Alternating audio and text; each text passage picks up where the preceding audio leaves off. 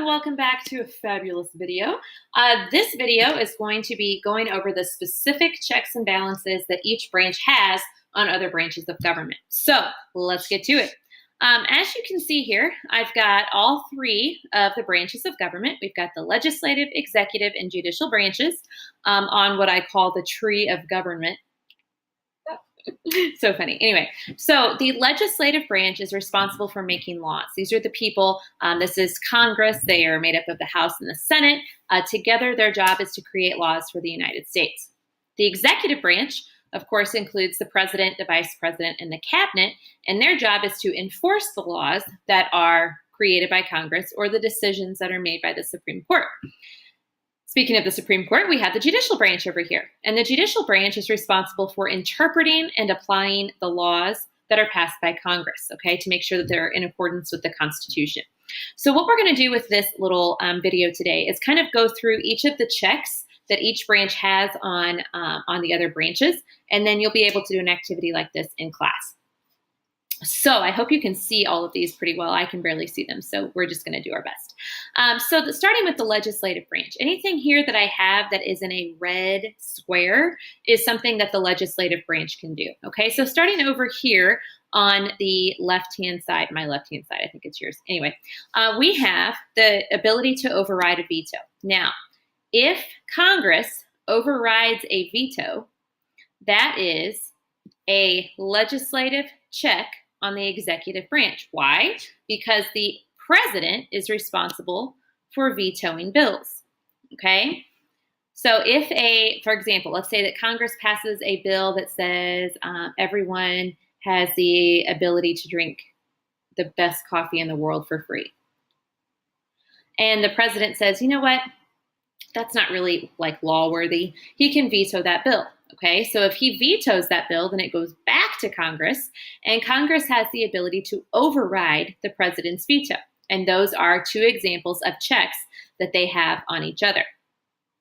Moving on to, let's go over here to appointing federal judges. Okay, so right now in our federal government, we are seeing, oops, let's try that again. We are watching in real time what's happening when a president appoints or nominates a federal justice, okay? So we have a Supreme Court case going on, or a Supreme Court nominee who is in the process of being confirmed by the United States Senate.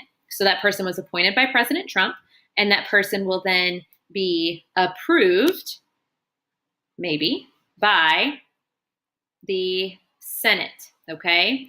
So that could be considered a couple of different checks. I'm going to move this up a little bit because it could be considered a check on the executive branch because Congress is checking or is approving the nomination that the president created, but it also could be seen as a check on the judicial branch because, of course, the federal judges work in the judicial branch.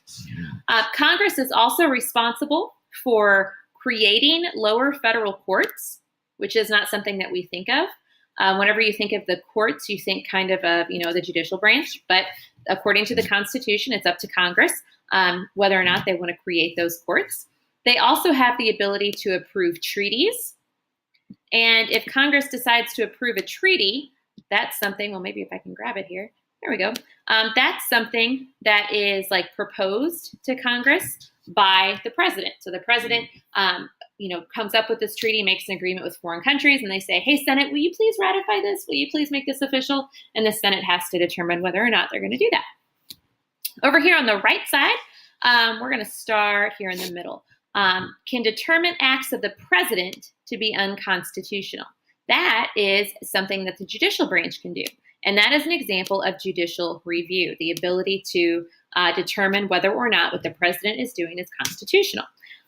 So that would be a judicial check on the executive branch. Now over here, Congress or the federal court system also has the ability to determine whether or not acts of Congress are constitutional, okay? Jumping up here to impeaching justices. Congress has the ability to impeach federal justices, okay? They also have the ability to remove federal justices And keep in mind, please, that impeaching someone and removing someone are two separate things, okay? If someone is impeached by Congress, then that means that the House of Representatives has found that person to be there's enough evidence to charge them with a crime, I guess you could say. And then if that person is found guilty by the Senate, then they are removed from office. Okay, so impeaching and removing are both things that, I'm running out of room here, both things that Congress can do.